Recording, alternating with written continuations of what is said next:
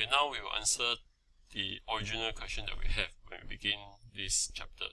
That is, when the packet arrives at your computers, how does your computer know this packet? Which application should we send it to? Does this packet, should we send it to the web browser, to the instant messaging application, to the email client? Okay, this function is done by the transport layer, and this function is called the application addressing. Okay, how do transport layer do application addressing? They use port numbers. Okay, so there's actually two port numbers in both the TCP and UDP header. This port number is called the source port and the destination port. Okay, port number are 16 bits long, so with 16 bits, the number can range from 0 to 65535. And this port number is used to identify the application. Okay, that when the packet comes in, okay, your COM, by looking at the port number, he will know how to send it to which application. So this port number is actually the address, the addressing information, okay, to send it to the correct application. Okay, each side of the connection, the source and the destination, each side have a port number, and it has been reserved by the sending and receiving application. Okay, sending application uses the source port, receiving application uses the destination port. So if you have two computers here, okay, and when they send data to each other, okay, so let's say, okay, this computer A send a data to computer B, you open the source port and you will send it to the destination port here.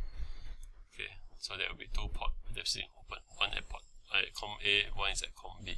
So when COM B receives the data, you will then use this destination port become the source port and send the reply back to the computer A. And of course, when you send back here, this source port will become the destination port. So, okay, so this is what we mean by port numbers. So internet socket.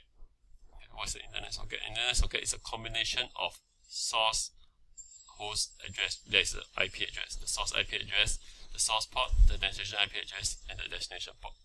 So these four numbers forms the socket. Okay, how does this socket work? So when your COM receives data, okay, from the different source, okay, you will have socket numbers. Okay, the socket number are identified inside the packet. In the IP header, we have the source and destination IP address. In the transport layer, we will have the source and destination port. So remember, in the earlier slide, these will be the four numbers that they need to know to identify the socket. So using these four numbers, when the packet comes in, okay, this is a packet come in, they will have a destination IP address, source IP address, destination port, source port. Okay, and then you will have your data here. Okay, using these four information, they will be able to identify the socket, and then using this socket, they will be able to send the data to the correct application. Okay, so even your data come from multiple source, okay, by just using this phone number, they can send it to the correct application. Okay, so use it in another way. The server, okay, a server, for example, Google web server or Facebook server, they will receive data from multiple sources also, from different sources. Okay, so multiple users could be visiting Facebook or visiting Google. So the web server will also use socket information, which is the destination IP address, destination port number, source IP address, source port number. Okay, using these four information, they will be able to identify the socket and then know, okay, this socket is for communication with which client. Okay, so this allows a web server to handle multiple connections simultaneously. Okay, if without this, okay, a Google web server can only handle one request at a time. Okay, but with this, a Google web server can handle multiple requests simultaneously, okay, by using the concept of socket. Okay, now we look more into port number, which is in the header of the TCP/IP, of TCP, sorry. Okay, port number are 16 bits long, so 16 bits give you a possible of 65536. possible numbers. So in terms of the numbers, it's range from 0 to 65535. Okay. So we have some port number are reserved. For example, if for web services, it's reserved for port 80, FTP is reserved for port 20 and 21, Telnet for port 23, email port 25. So these are already well-known port numbers that have been reserved by the different application. Okay, so basically we have three categories of port number: well-known ports, registered port, dynamic or private ports. Okay, what are well-known ports? Well-known port number range from 0 to 1023. They have been assigned by IANA, used by services that is widely known. Okay, for example, HTTP, FTP, and so on.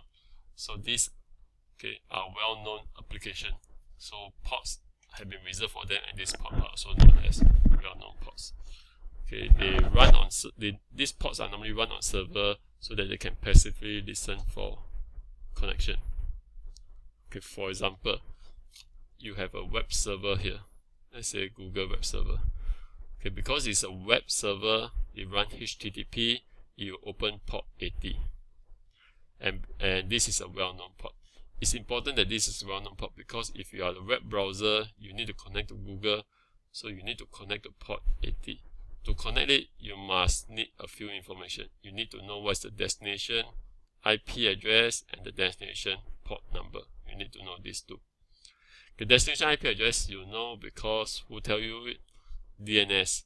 Okay, remember, if you want to go to www.google.com, how do you find out the IP address? Okay, the address book is stored in DNS. Okay, so the DNS will tell you to go to this website. They will give you the destination IP address here. So you got the destination IP address. Next, you need the destination port number. Okay, so how do you know which port to connect? Okay, it's port 80. That's why it needs to be well known, so that you will put port 80 here. Okay, if this is not well known, then you have a problem, because if Google decided to choose port number 1234, then you have Facebook. Facebook decided to choose port number 2468. Then you have Yahoo. Yahoo decided to choose port number 100. Every web server choose different port number. Okay, then you will not know what port number you to use unless you have another address book that tell you okay which server use what port number. So to avoid all this confusion, they standardize. If you are running a web server, you just open up port 80. Then you will know what destination port the sender will use. If you are running FTP, you just open port 21. If you are running Telnet, port 23. If you are running a web server, email server, you just open up port 25. So well-known ports are important for servers. Okay, so that the client who want to connect to you immediately know what port you are open. Okay, the other range or category of port is called the registered port. It ranges from 1024 to 49151. Okay, it's normally used by the host. Okay, use the end user application. Okay, as source port when contacting servers. Okay, again remember. Okay, let's say this is a server, this is a client. Okay, when the client need to contact the server, because let's say this is a web server. Okay, because this is a web server, port 80 is open. When the client need to connect to the web server, he also need to open a port. Okay, this port do not need to be well known. Okay, so in this case, they may choose a registered port. For example, port 2000. Okay, why this do not be well known? Because when you send a packet across, right? Okay, the packet will contain the destination IP address, destination port number, source IP address, source port number, and then the data. Okay, when this is received by the web server have all this information. Okay, then the web server will know what port you use by looking at the source port and what is your IP address by looking at the source IP address. Then he can reply to you correctly, okay, using the source port number that you use and using the source IP address you use. So your source port number do not need to be well known, because you send this information to the web server when you try to contact it in the first place.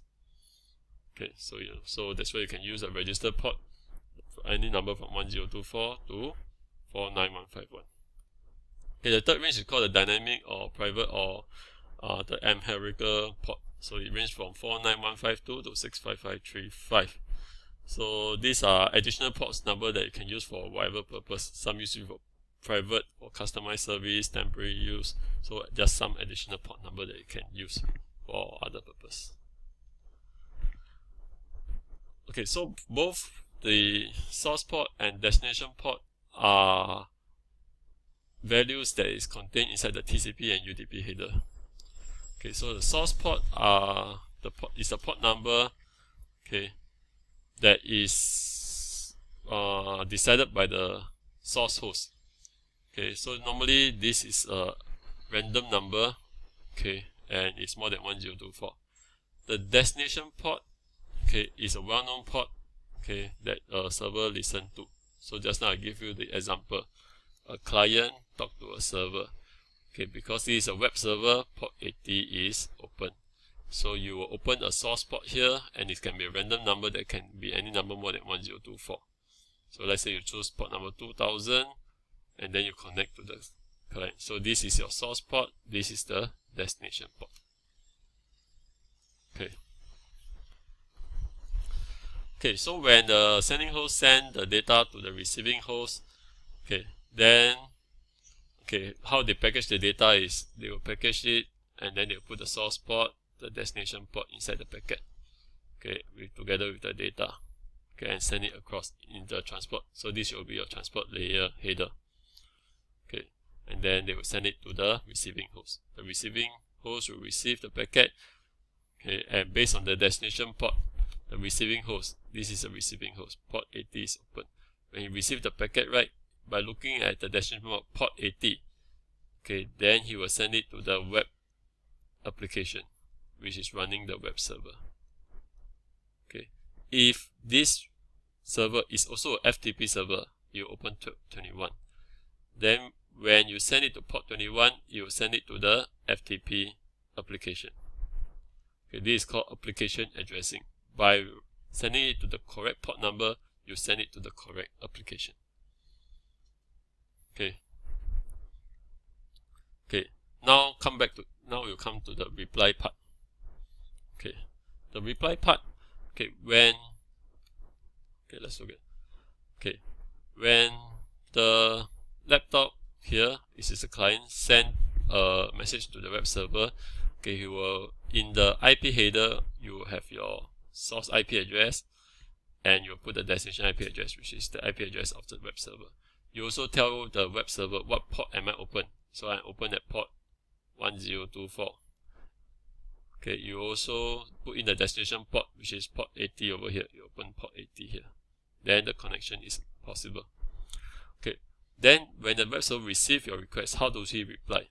He can reply because he already know what is your address. So he can reply back to you by putting this as the destination IP address already. Okay, because now he's replying the packet to you, you become the destination. Okay, so initially you are the source, now you become the destination. And initially the server is the destination, now the server becomes the source.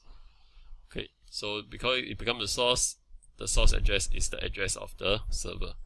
Okay, and you will use port 80 to reply to you. So now port 80 becomes the source port. And where does it reply to you? You reply to the original port that you use. So you reply back to your 1024.